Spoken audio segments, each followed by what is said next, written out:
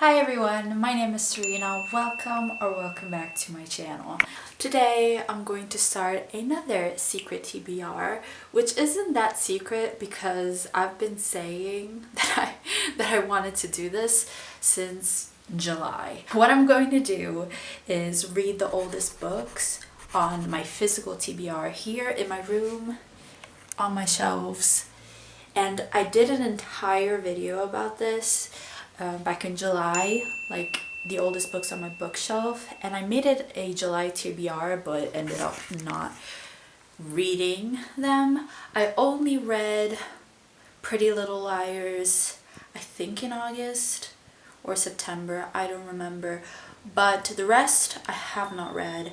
And for this vlog I'm going to read 5 of them. I don't know how long this is going to go. It's just gonna be all about talking about books, you know, because we are in a lockdown. I talked about it in my last vlog. I'm not gonna talk about it in this one because that's enough negativity. Now it's time to show you the books. I'm going to put you on my tripod.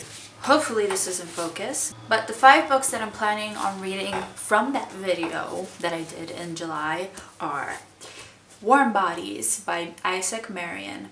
I started this book this morning, so I can already give you my first impressions. Then I'm going to read The Hobbit by J.R.R. Tolkien, which is a fantasy classic, and I need to get to this.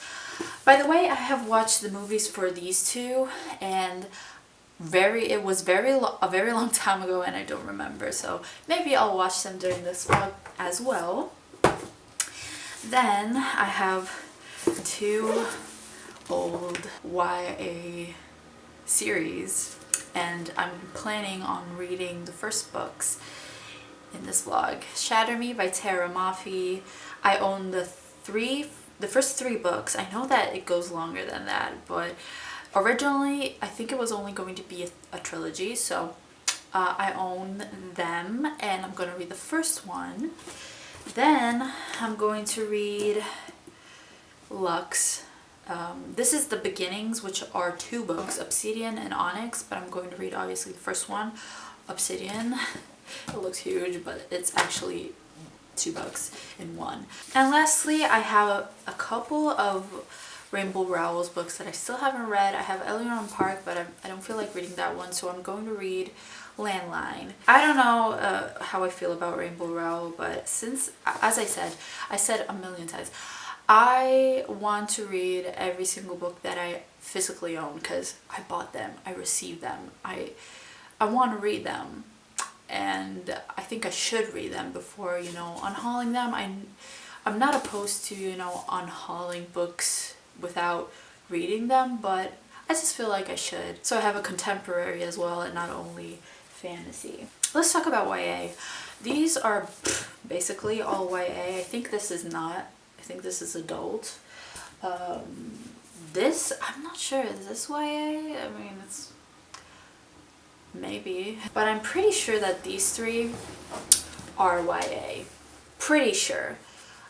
Maybe I have to double check. This shows how I was really into YA back like 5 years ago, and I still like YA. I'll still read a YA that like sounds very interesting to me, but I do not tend to read as much as I did before, and I think that's kind of obvious because now I'm older. I am in a new phase of my life, and obviously it's not very diverse for what concerns, you know, the authors.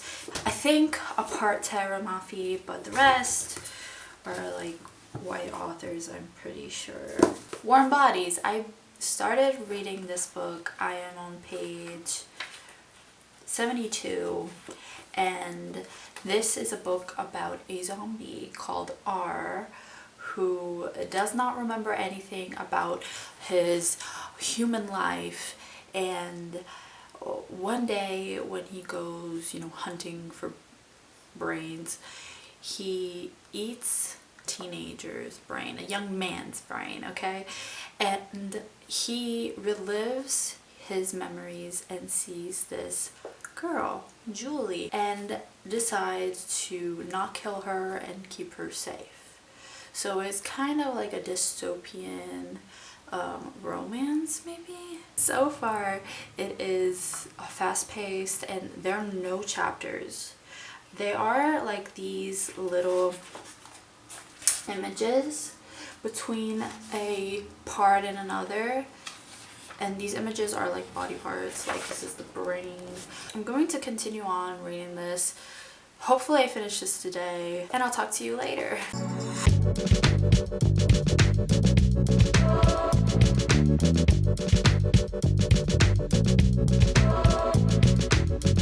It is Thursday, the 12th of November, and I have finished Warm Bodies. I have been reading this book the past 2 days, but I've also been watching 2 TV show seasons. They're very short, they're on Netflix. I have been watching The Queen's Gambit and Ratched, season 1, and they're both short, as I said, I think 7 and 8 episodes respectively. Yeah, pretty much. But The Queen's Gambit, Ratched was good, but The Queen's Gambit was amazing. I really recommend. But let's talk about Warm Bodies. Warm Bodies was good as well. I think I'm gonna give it 3 stars. 3 is good for me. Like 4 is great, 5 is wow, but 3 is good. So it's a good book. For some reason, this post-apocalyptic settings, like dystopian settings, are not my thing. Zombies are not my thing. But this was very good, and it's different from other zombie stories because it's a romance and it's also, you know, narrated by a zombie. The ending is very unlikely. It is very philosophical. And I've also watched the movie, as you saw. I had already watched that like 7 years ago in 2013 when it came out at the theaters in Italy, and I was like in my first year of high school, and I was so different. I just can't think about it. I was so different. I didn't remember anything. I remembered it was a comedy, and it is. And I think it's great for the story. You know, it made me enjoy it more. I don't know if I enjoyed the movie more. The biggest difference that annoyed me so much is Nora. Nora is Julie's best friend, and I'm pretty sure she's black here. They say that she is Ethiopian, but in the movie she's white. Hollywood always disappoints when it comes to these things. There's that, and there's also the dad. In the book, the dad was... he had his mind fixed, like all zombies are bad, kill a zombie on sight, he wouldn't change his mind for any reason. That, you know, made him point a gun at his own daughter, and then he died, I think, by you know, a bony killed him. In the movie he started out that way, but then he sees R bleeding and he changes his mind and he, you know, doesn't die.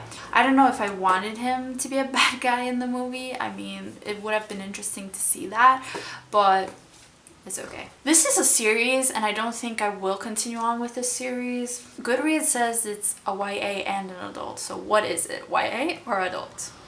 I think it's open to interpretation. I think it could be YA, I mean. Let's talk about the next book that I'm reading, and I'm going to read The Hobbit next, and I've been wanting to read this for a long time. And there are illustrations in this book. I am so excited. I will talk to you when I've actually started this. Hey guys, so I'm watching the first movie. Owen has read the portents, and the portents say it is time. And this is The Hobbit, An Unexpected Journey. Let me just pause that right there. And I just wanted to update you because I am on page 200. So I haven't quite finished the book yet, but I just wanted to switch it up a bit because I can't read for long periods of time. So I'm watching the first movie. I just can't believe they divided this book in 3 movies. But being on page 200, I guess it's fine.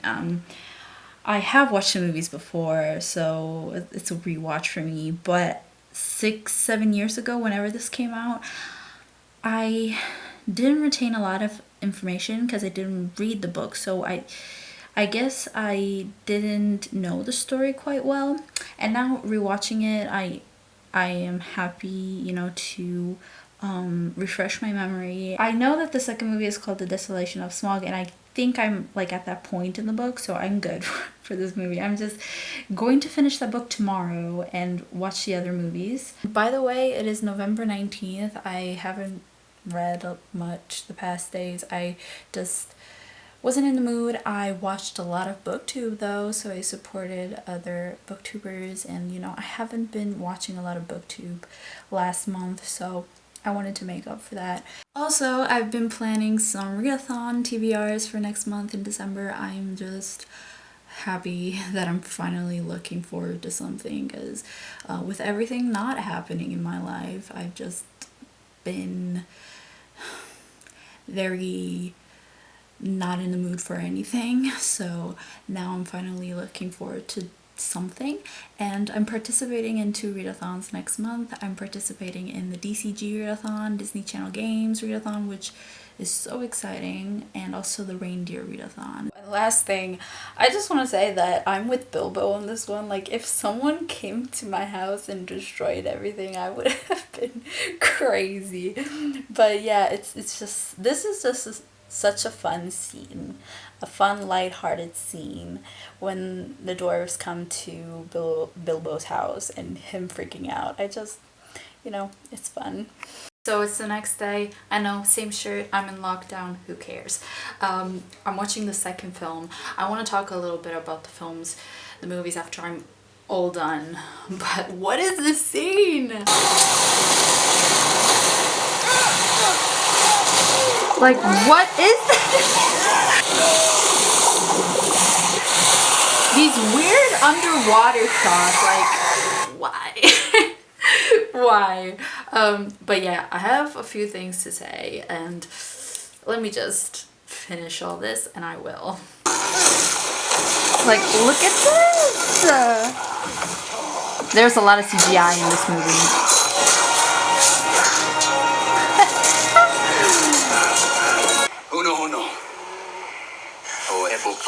I wish there were like subtitles in which they tell us what they're talking about, like the elves when they speak Elvish, or the orcs when they speak their language. That, like, there's no subtitles, and I'm watching these on Prime Video, by the way, and no subtitles. I don't know what they're saying. I'm watching the last one, and I think this scene between the big orc and Thorin is way more important than this one with Legolas and this absurd scene. Like, are you seeing this? I've seen this everywhere. It's hilarious too. Why are you looking at him? He's obviously alive. Stab him! This is frustrating. Hello, so it is the 25th of November, and I think it's time to update you. I'm currently 50% through Shatter Me by Tara Mafi, and I'm gonna talk about that. But first, I haven't talked about The Hobbit, and I cannot find the book. I haven't been out of the house in a month now, so it has to be here somewhere. I'll search it later, but anyway, I ended up giving it 4 stars. It was enjoyable. I did really like it. One thing I wasn't expecting is that it's actually a children's book. And I've searched when it came out in 1937, I believe. And he wrote it, J.R.R. Tolkien wrote it as a children's book for his children. And then 20 years later, I believe, he wrote The Lord of the Rings because it was requested, and he wrote it as an epic fantasy for young adult, I believe, because his children were grown. So I found that very, very interesting. And the movies, I am not completely angry about them because I'm not like a huge fan of The Lord of the Rings, but I completely understand who hates these movies. I really do. The one thing though that is awesome about these movies is Martin Freeman, who plays Bilbo Baggins. I think he was the best choice ever. I believe the director is the same director as the Lord of the Rings trilogy. He made it as if it was a prequel to the Lord of the Rings, which it is. But when J.R.R. Tolkien wrote the book, he didn't have in mind the Lord of the Rings. I think the 5th chapter, when Bilbo meets Gollum, I think it was supposed to be Gollum being like a funny character, and at the end of the riddles he gave him the ring. I may be completely wrong, but he changed that chapter in later editions to make it more connected to the Lord of the Rings, because then of course in the Lord of the Rings Gollum is a completely different character. So The Hobbit originally has nothing to do with the Lord of the Rings. Plus, it's a children's book. So the movies are completely different because it's not a children's movie. I mean, I'm okay with it not being a children's movie because it attracts more audience, but the fact that it was so connected to the Lord of the Rings, there were so many Easter eggs and references to the Lord of the Rings. I haven't watched those movies in so long, but the fact that there was Legolas is nowhere in the Hobbit, and they mention a lot of characters that are going to be in the Lord of the Rings, or things that will happen. The fact that we know where Gandalf goes during the journey. Like in the movies we see he goes to the necromancer, who is actually Sauron, who the bad guy in the Lord of the Rings, you know? So there are a lot of references to Lord of the Rings, which can kind of be annoying. I've watched a few videos on YouTube why The Hobbit sucks, and I have noticed all these references, and I don't believe that The Hobbit sucks. I do believe it should have been a duology. Trilogy, I thought that was such a business move. Like, it was for the money, because it didn't need, it's a 300-page book, and Lord of the Rings is a trilogy, so it makes sense it's going to be 3 movies. But The Hobbit, you don't have to make 3 movies for The Hobbit. You could do 2, because then it wouldn't be like all crammed up in a three-hour movie.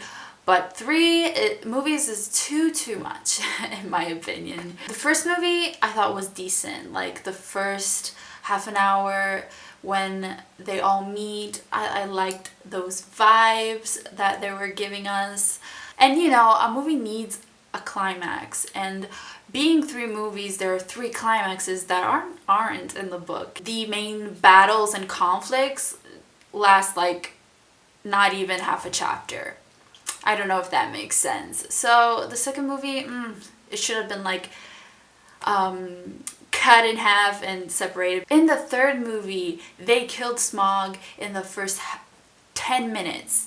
Like before the title popped up on the screen, you know? And that, you know, they should have done it in 2 movies. There are also like new characters, like Toriel, because they wanted to make like a little love triangle and romance that wasn't necessary. We see Radagast, who is briefly mentioned in The Hobbit, the book. We see a lot of characters who are not in the books, because being 3 movies, they have to add a lot more, you know, to make it interesting. I've also noticed that Middle-earth has no like black people. There's no diversity in that sense, and they're almost all men apart from Toriel and Galadriel, who are not even in the book. So in the book they're all men. They tried to do like a female power scene. The women of the village wanted to help the men in war, but it was mentioned and that's it. We never like actually see something.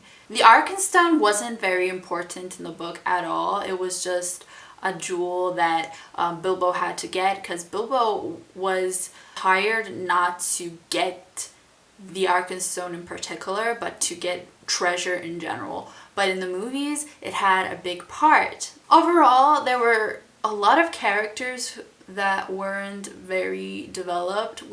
I didn't actually feel anything at the end for like all the dwarves when they said goodbye, you know. I really want to read The Lord of the Rings now, and I know how complex that might be because after reading The Hobbit, there is so much thought into the story.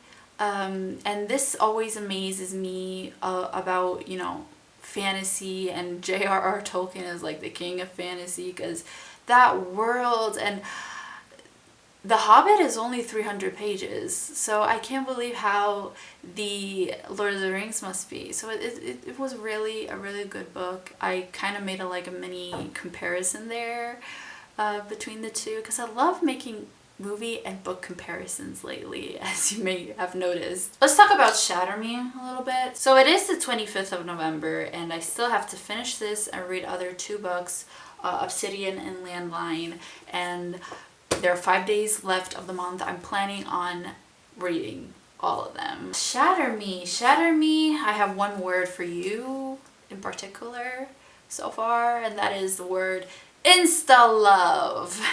This is the story of Juliet, who is a 17-year-old girl who lives in a dystopian world where the world is dying because human beings are crap. There's not enough food for everyone and animals are dying and all that. There is this organization, what is it called?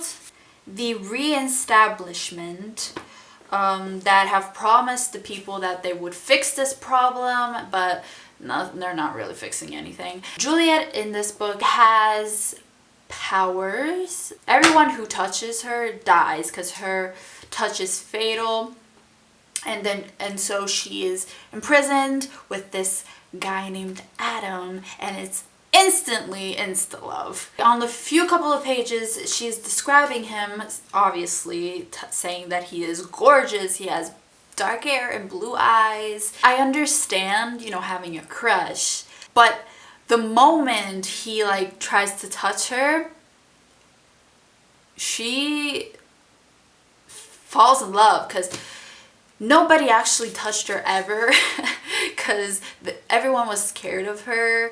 Her parents abandoned her, so she's kind of falling for him because he's actually like trying to touch her and she is saying no, don't touch me, and not actually explaining why. Why wouldn't you explain why the other person shouldn't touch you? I mean, I would. Don't touch me because you would die, and that would make him not want to touch you, you know? Anyway, then she finally tells him her name and he repeats it, and she is so in love with the way he says her name. A few pages later, we discover that they actually know each other, and she had a crush on him because he was very kind to her. He was the only person who didn't bully her because every other single person, even her parents, bullied her and hated her because they thought that she was a freak, you know?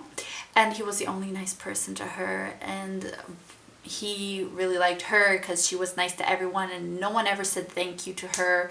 So that makes more sense. The fact that it's explained afterwards and I don't know this information from the beginning makes the insta-love impact so cringy and strange, you know? Like, why are these two falling in love so all of a sudden after 5 pages? So that's my first impression of this romance. I'm at a part in the book, like halfway through, in which there is nothing they wouldn't do for each other. Let's talk about this other character, Warren, who is like the boss of this particular area. Warren wanted Juliet as a weapon. He is obsessed with Juliet, and he also really wants her to touch him for some reason, and I'm like, girl, just touch him. He really wants it. She says no because she doesn't want to hurt anyone, and then he makes her touch other people like a toddler, and I'm like, just touch him, don't touch the toddler, you know? So Juliet is so annoying. I know that it must be so difficult for her having this power, but she's so dramatic and she describes things in such weird ways, like she describes Warren's eyelashes as individual threads of spun gold lit on fire. When I read these descriptions in any book, I laugh because they're like very specific descriptions, you know? It seems like Warren has like issues with his mom, and there's going to be a love triangle, isn't it? I'm expecting a love triangle, honestly. I am halfway through this book. I'm finishing this tonight, so I am on page 167, and I'll update you when I am done.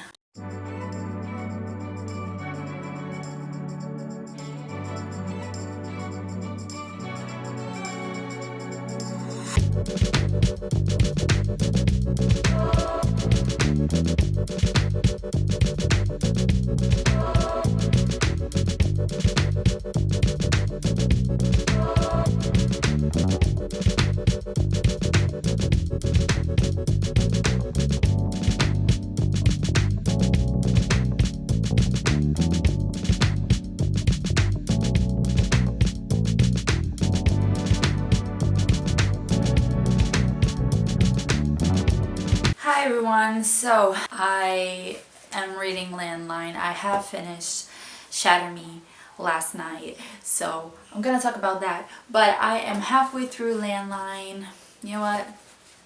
I am on a roll. I'm reading all of these books. This book is about a couple, a married couple, who are having problems, and it is set during the Christmas time, so I chose the perfect time to read this. They are planning on going to the husband's parents for Christmas in Nebraska, and they live in Los Angeles, I believe, because the wife, Georgie, is a show writer. Over the Christmas period, they have to write a screenplay, so all of a sudden she has to cancel, but her husband decides to go anyway with their 2 children, and so she's alone during this Christmas period. Well, not really alone, because she has her mom. Do you remember Regina George's mom? The same person. She feels very guilty for not going to Nebraska with her family, and she tries calling her husband so many times and he never answers. The only time he answers is when she calls from her home phone, her old home phone from the 90s. Whenever she uses that phone, she's actually calling her husband from the past. Her husband from 1998. So during this time, she's actually talking to her 20-year-old husband. She's asking herself, like, what if this is a sign that I should change the past? So far, there are like flashbacks and all that, but for what concerns the problematic stuff, I don't know if I'm overthinking this, but on page 21, when Georgie is talking to her sister, her very younger sister, who is eating again after dinner, she asks her why is she eating after dinner, and her sister says, "Don't talk to me like that, you'll give me an eating disorder." And then she proceeds on describing her physical appearance. Her mom obviously is described as a sexy woman with big breasts. On page 56, when Georgie makes that observation, like her mom has big breasts, her sister says, "Were you just staring at mom's breasts?" "I think so," Georgie said. "I'm really tired," and she's kind of begging for it in that shirt. Isn't that problematic as well? I don't know. And then Heather says, "Oh sure, blame the victim." I don't know, that kind of didn't sit well with me. Also, they talked about Asperger's. Georgie's mother-in-law has a hard time, you know, handling cell phones. "I think your mother has Asperger's," Georgie had said to Neil. And Neil says they didn't get Asperger's in the 50s. I don't know, I feel like that's a little bit problematic, but I'm predicting an ending because back in 1998 they were separated as well for Christmas, but then on Christmas Day Neil went to her house in Los Angeles and propose to her. And so I'm predicting that now in 2013 on Christmas Day she will go to Nebraska to him. It's gonna be like a reversed thing. I'm predicting this. Let's see if it happens. But yeah, that's my update on Landline. Let's talk about Shatter Me. So first of all, I completely forgot to tell you what the first sentence of this book is. I've been locked up for 264 days. I guess reading this book in 2020 hits different, you know, because it does feel like I haven't seen anyone in 264 days. As I said yesterday, Juliet's descriptions of everything is so poetic, you know, is so weird in my eyes. First of all, she has an obsession with her throat and like swallowing things. Every time something is happening, she feels like she's swallowing something. Like, I feel like I'm swallowing a toothpick, a snake. I feel like I have reptiles in my throat. Also, the sex scenes with the sexy scenes with Adam. I want to dive into his being, experience him with all 5 senses, drown the waves of wonder enveloping my existence, taste the landscape of his body. I just can't see why a teenager would eat this up. Whenever Adam smiles at her, she feels like her organs are falling out, and yeah, all these descriptions make me laugh. They're funny in my eyes. Let's talk about Warner. I know I said his name wrong yesterday. His name is Warner and not Warren. And I absolutely know he's going to be a love interest. Because first of all, there's insta-love in this book and they never end up being with the first boyfriend, especially if it's a series. So he's going to be a love interest. There's going to be this Stockholm Syndrome kind of story, I'm predicting. And I just hate that because I feel grossed out by Warner. He is also very possessive and stalker obsessive. He does harass her and says weird things like, I want to bite you. He continuously says, I love her, I love you to Juliet. And there's that scene in which Adam and Warner are kind of like fighting over her. Okay, so I don't know what's gonna happen to Adam, but Warner is definitely gonna get into the picture, like for what concerns the romance, for sure. And of course, he can touch her just like Adam. Last thing that I want to talk about is the ending. What in the X-Men is going on here? Like, there's this other organization, the Omega Point, I think it's called, and there are other peoples with other powers, so it really does give me X-Men vibes. And it does end in a weird way, like she's dressing up for battle, she's becoming a kind of superhero, so it ends like in a weird way. I am gonna continue on with this. As you may have noticed by the way I'm talking about it, I did not love it. I do not hate it either. I totally see why a teenager would love this. And it is young adult, so I'm not the targeted audience here. It is nighttime. I have finished Landline. I know, horrible lighting, but before I talk about my final thoughts, I forgot to say that a big thing in this book, in Shatter Me, is the crossed out words and sentences, and you know, it's like she is writing in her notebook and then she crosses out her thoughts and rewrites them. For example, I want to be angry, angry, angry. She crosses that out and says, I want to be the bird that flies away. There's this page though. Let me just find it. Yep. This is a full page of her saying, I'm not insane, I'm not insane, I'm not insane, I'm not insane. Crossed out, and I felt like I was going insane. Overall, you might have noticed that even though this was very kind of interesting, because I never read anything with, you know, cross out words, the writing style was really not for me, because there were a lot of metaphors, like weird metaphors, and a lot of words repeated, I don't know. But in the last part it kind of got better, but in the first part I didn't like the writing, so that's a big part why I'm giving this like 2.5 stars. Landline, I know that I talked about problematic stuff.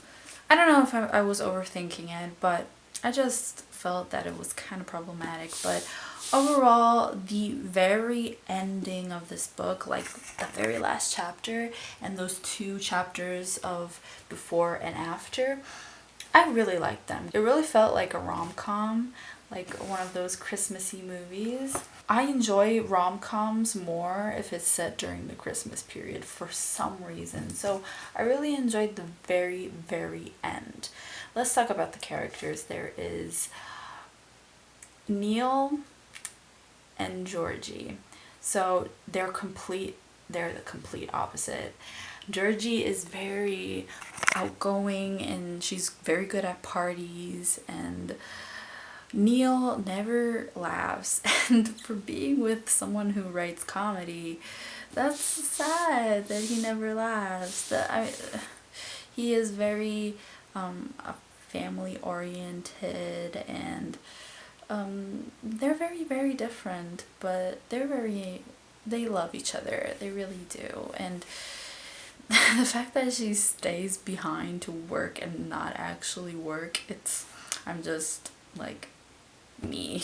That's me when I was in university trying to organize all my studies for the week and then not doing anything. Procrastinating at its finest. I love her relationship with her sister. I found it funny when her sister picked up the phone and talked to Neil in the past, not knowing that he was Neil in the past, you know, saying, "Hey, I'm Heather," and he was like, "Who?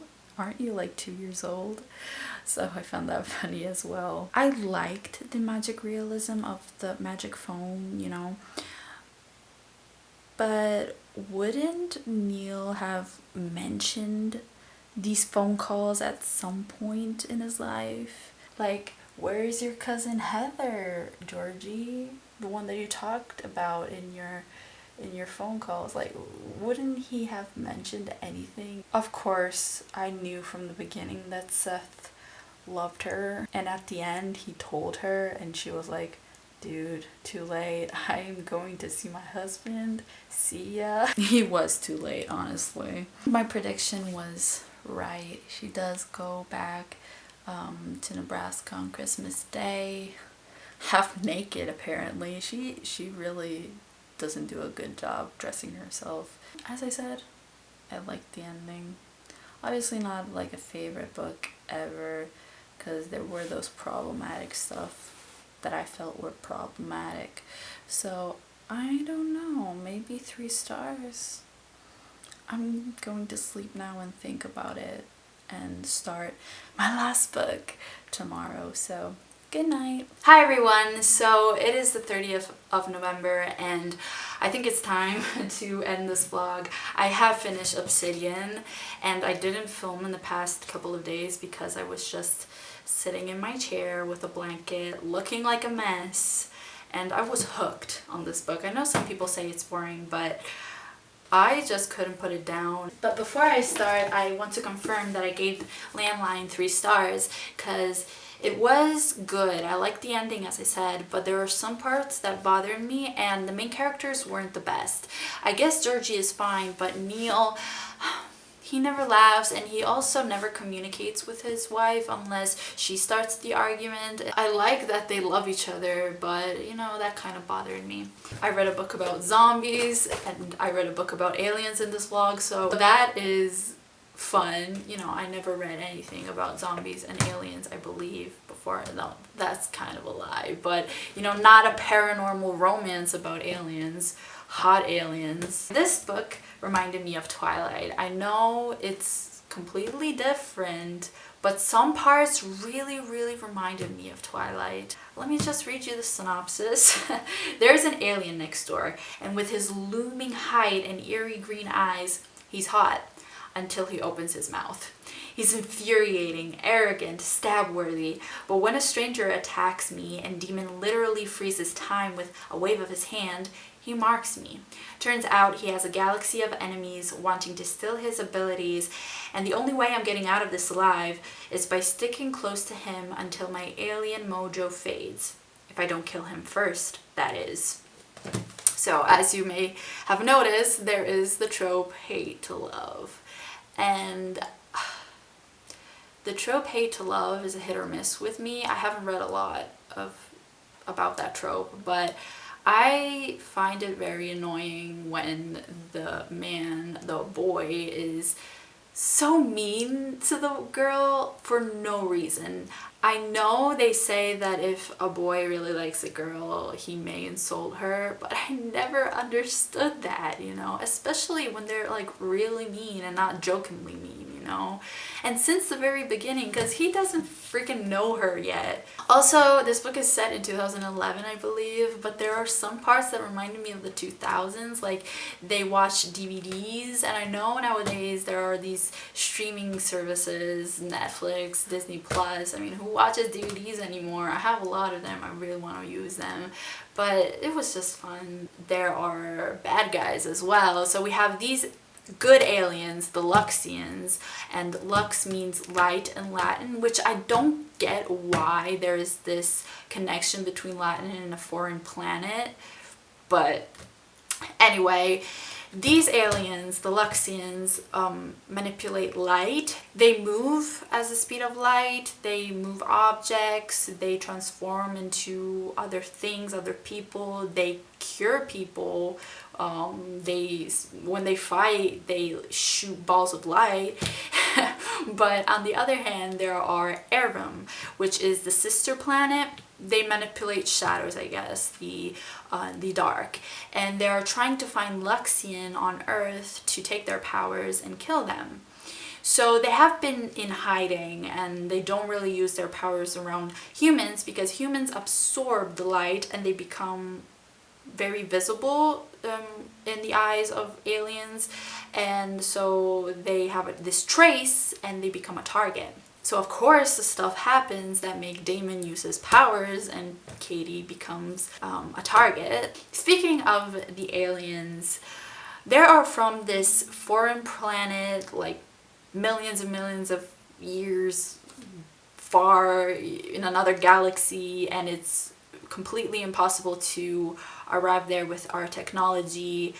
And on page 165, when Katie finds out that there are aliens and she is asking questions, she obviously asks him, but if you're from a planet millions of light years away and you travel at the speed of light, it took you millions of years to get here because their planet has been destroyed and they came to Earth. And she obviously asked this, and Damon responds, no, we're able to bend space and time. I'm not a scientist, so I don't know how it works.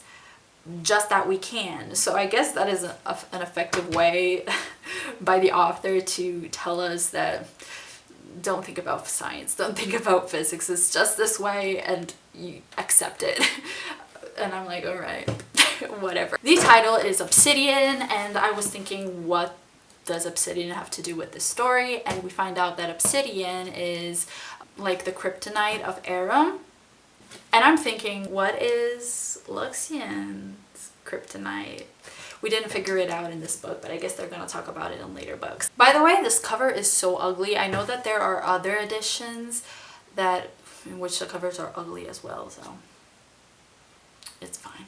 And at the end of this book, as I said, this is two of them. There's Obsidian, which I read, and then there's Onyx that I still have to read. But at the very end, there are bonus content, which I didn't really like because there are like random scenes in which Damon is being such an arrogant ass and he says like sexist stuff, and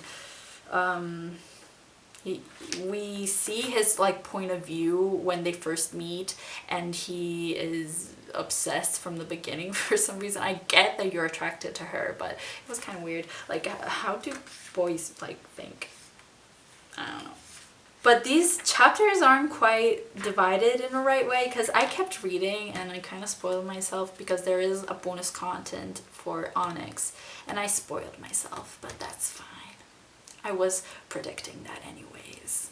Let's talk about the characters. We have Katie, who moves to a new town in West Virginia, and she moves in with her mom. Her dad has died from cancer. Her mom is kind of like the mom from Landline, in which she kind of wants her daughter to be more confident and she encourages her. She's also a nurse, so she's never home, which is convenient. But yeah, Katie is the typical not like other girls girl who has a hobby. She is a book blogger. She also films herself, so I guess it's like the old booktube, you know. And I like that. I like seeing that in a book, you know, because it's my hobby too. Anyway, she's not like other girls, and she says on the very first page, she says, "Mom had this glorious blonde hair that was stick straight and sparkling hazel eyes. Even in scrubs, she made me look dull with my gray eyes and plain brown hair. And somehow, I ended up more round than her. Curvy hips, puffy lips, and huge eyes that Mom loved but made me look like a demented Cupid doll. I was kind of boring. In my old group of friends in Florida, I wasn't the quiet one, but I never skipped class, maintained a 4.0, and was pretty much a good girl." So we all know that type of character. She doesn't think she's pretty, but obviously Damon thinks she's sexy and has a nice body. But when she goes next door to meet her neighbor, Damon and Dee, by the way, these names... why? And in the audiobook, they kept saying Demon, but I'm gonna call him Damon because Demon, no. Anyway, he obviously opens the door with a bare chest, and she is like struck by his attractiveness because he is obviously very, very attractive with green eyes. Yeah, green eyes, dark hair, very muscular. This first encounter really annoyed me. He is very, very rude. He doesn't know her. I don't know how she puts up with him. I would definitely have like blocked him and, you know, what the hell is your problem? Chill. You don't know me. But I guess he's that attractive. And he also insults her, saying that she looks like a kid and a doll. And she is offended by that. But like 2 pages before this, she said that she looked like a doll. So I can't believe that they are 17, especially Damon. I couldn't picture him as a 17-year-old. Because, you know, 17-year-old boys, some are, you know, developed, but others not really. I imagine myself as a 17-year-old. I guess the only trait that is a 17-year-old or teenager trait is the personality, because they really act like teenagers and it's hilarious. We then learn that aliens, when they come to this earth, can decide their bodies, and strangely enough, they decided the correct body, the most attractive body, which is muscular and light eyes. How did they know what is attractive in human eyes? They must have stayed in their true form for a while before deciding their human form, because how did they know? So she talks to him and asks where the supermarket is. He tells her after several insults, and then he calls her sister, who is at the store, and they start a friendship. He doesn't want her sister to be friends with Katie, but he calls her, telling that she's at the store. I don't get that. So Katie and Dee become best friends in very little time. He really doesn't want that because they were triplets. There was this other brother, Dawson, which I believe is alive. They didn't see the body, so when you don't see a body, the character is alive. But he fell in love with a human, and then all of a sudden they disappeared. So he is very overprotective towards Dee, and he acts like Katie is a terrorist or a drug dealer, and Katie doesn't know that they're aliens, so she doesn't know why he's acting like this. So I would be totally weirded out by that. As for other characters, Simon, I hated him. And Ash. Ash is one of the aliens that live in the town and kind of dated Damon and is overprotective over him for some reason too. And they keep slut shaming her. The amount of times they called her a bitch is not cute. I don't like slut shaming in any type of media or in general. So I really hated that cafeteria scene. I mean, it was fun when she threw the spaghetti at them, but I don't like the slut shaming. So I said that it reminds me of Twilight, and the things that reminded me of Twilight were, you know, all those aliens, the Thompson triplets, and Mr. Garrison. They reminded me of the Cullens. I wish Mr. Garrison were more of a Carlisle figure, but he was, I don't like him. Anyway, Dee reminded me of Alice. There was all, you know, those questioning scenes when, you know, Katie was asking questions, and also she was attacked in the parking lot, so it reminded me of the Seattle scene, she being naive in some parts. A lot of things reminded me of Twilight, you know? And it also made me laugh. This book made me laugh so much, and I rarely laugh while reading a book and cry for that matter. So it was fun for that reason. I mean, there were scenes that made me laugh out loud. Like, the amount of times she almost died is hilarious.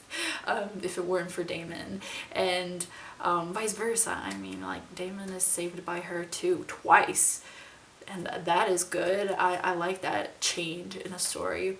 Also, that time they slept together, like actually sleep, they didn't do anything, and she turns to him and says, "This is awkward." I laughed out loud because, you know, they do have annoying conversations, you know, hate conversations, which especially at the end, I'm like, we know you like each other, stop hating on each other. They were kind of annoying, but when there were those fun conversations, I was laughing out loud. Let's talk about the ending. So obviously they killed the Aram, and Katie was the one to kill him because there was this transfer of powers between Damon and Katie, and I was like, how is this possible? What is happening? So they're kind of connected now, and they have, you know, the same heartbeats, and we're going to figure out more about that in the next book, and I cannot wait to read the next book because I really did enjoy this book. As I said, the only part that I really didn't like was Damon. I really didn't like how mean he was with her. I like that she didn't, you know, she wasn't vulnerable and kind of fought back and was like, you don't command me, you're not my dad. But he was annoying in those parts, and it's not perfect, it's just a fun read, it's not a masterpiece, you know? I guess this vlog was successful apart from Shatter Me, because I wasn't expecting to love Obsidian because I had just read Shatter Me, another YA series, but it was a pleasant surprise. Anyway, this was my least favorite book, 2 stars. Then I gave Warm Bodies and Landline 3 stars, and 4 stars to The Hobbit and Obsidian. I liked both of them in different ways. Objectively, this is obviously superior, but this was just fun. I really enjoyed it, and I'll talk to you guys in my next video. I hope you enjoyed this vlog. Have you read any of these books? Let me know. Bye!